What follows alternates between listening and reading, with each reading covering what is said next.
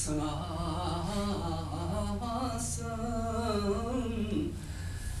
min sülemen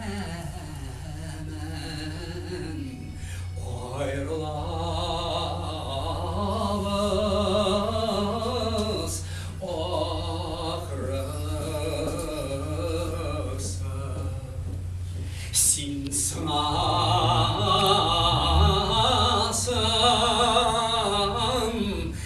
min sülemen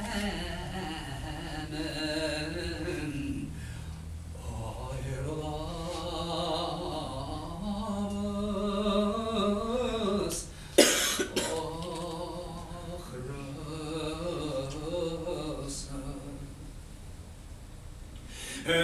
işte dünya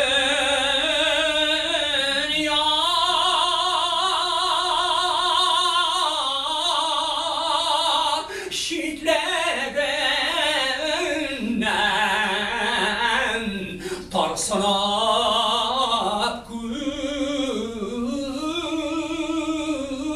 gülüm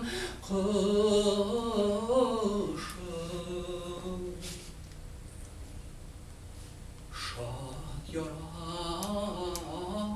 yaratsam da cihanla yad yarakan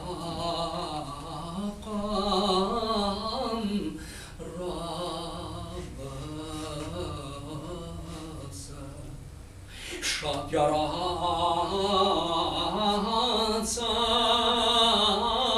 da cihan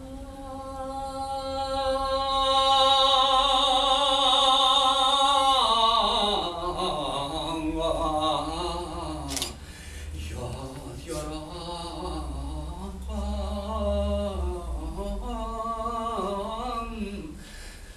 Rabbası